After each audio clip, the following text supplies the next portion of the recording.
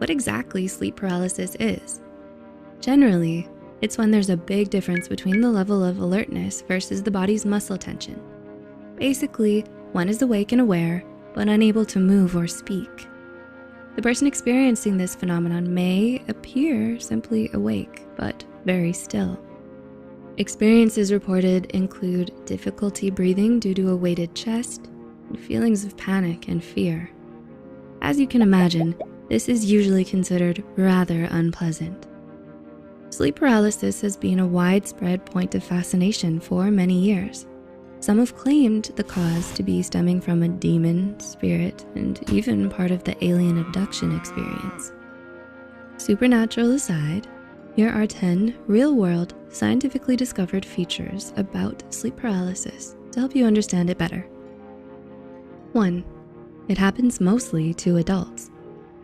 It often begins in the teen years, continuing into later life, noted particularly with an increasingly stressful and sleep-deprived lifestyle. While disruptive sleep disorders, sometimes called parasomnias, are a problem for nearly 70 million Americans of varying ages, sleep paralysis is one that typically affects adults. 2.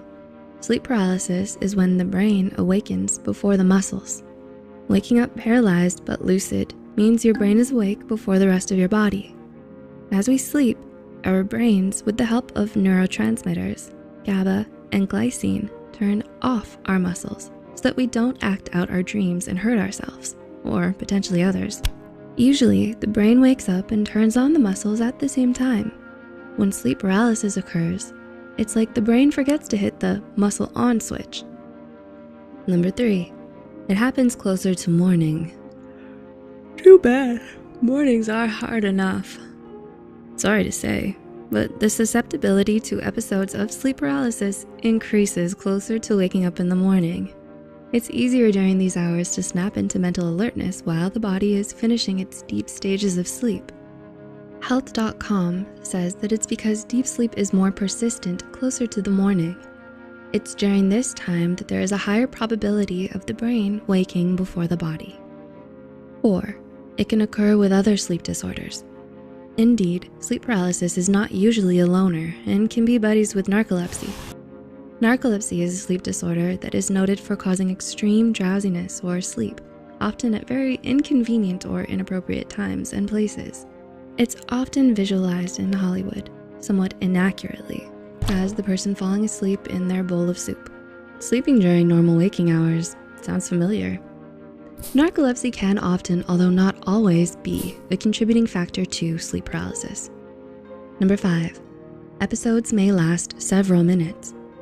While most instances of sleep paralysis are short, lasting a few seconds, some can last up to a few minutes. It's actually possible for them to last even longer than this, but with a lower likelihood. 6, it is remembered clearly. Because the mind is alert during sleep paralysis, the experiences are remembered. The details are often terrifying and terrifyingly clear. Regular dreams and nightmares are usually forgotten or quickly fade. This is because to the unconscious mind, the details are considered unreal, thus unimportant. Having a waking dream is upsetting because differentiating the real from the unreal is now difficult. To add to the clarity of memory, sleep paralysis also evokes strong emotions like fear, and we tend to recall such conscious emotions with more clarity. 7, hallucinations are common and often scary. Sorry, no unicorns or rainbows. As if the concept of sleep paralysis wasn't unsettling enough, reports from many sufferers explain that along with the suffocating pressure felt on their chests, they also see an ominous figure, like a demon or a monster sitting there. Imagine that situation. You're unable to move, there's a demon crushing your chest and watching you, and on top of it all, you can't tell if it's real. Terrifying. The high level of consciousness occurring during sleep paralysis might be the reason for the hallucinations, causing scary dreams about monsters to seem like visions. 8, it happens in REM sleep. Most of our dreams take place in a stage of sleep called rapid eye movement, or REM. This stage is generally reached an hour and a half after falling asleep. We cycle through REM sleep a few times over the course of a night, with each time in REM getting longer. which is what makes it more likely to continue into brain wakefulness, which of course usually happens closer to morning. 9. It is genetic. Maybe that odd uncle wasn't so odd.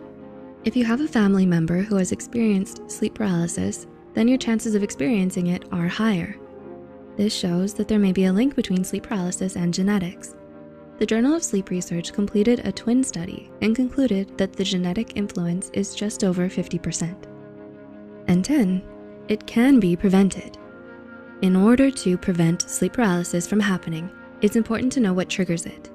Namely, things like sleep deprivation, anxiety, depression, and certain types of medication. There are also several lifestyle habits that help to prevent episodes.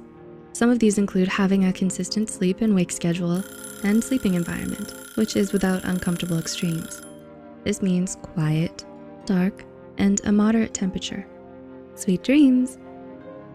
If you want to know more about sleep paralysis, check out our video on our YouTube channel called "If You Get Sleep Paralysis, Don't Open Your Eyes." Do you have any experiences of sleep paralysis episodes?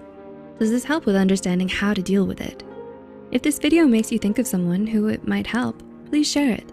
We welcome comments and feedback. Also, likes, shares, and subscriptions. As always, thanks for watching, and we'll see you next time.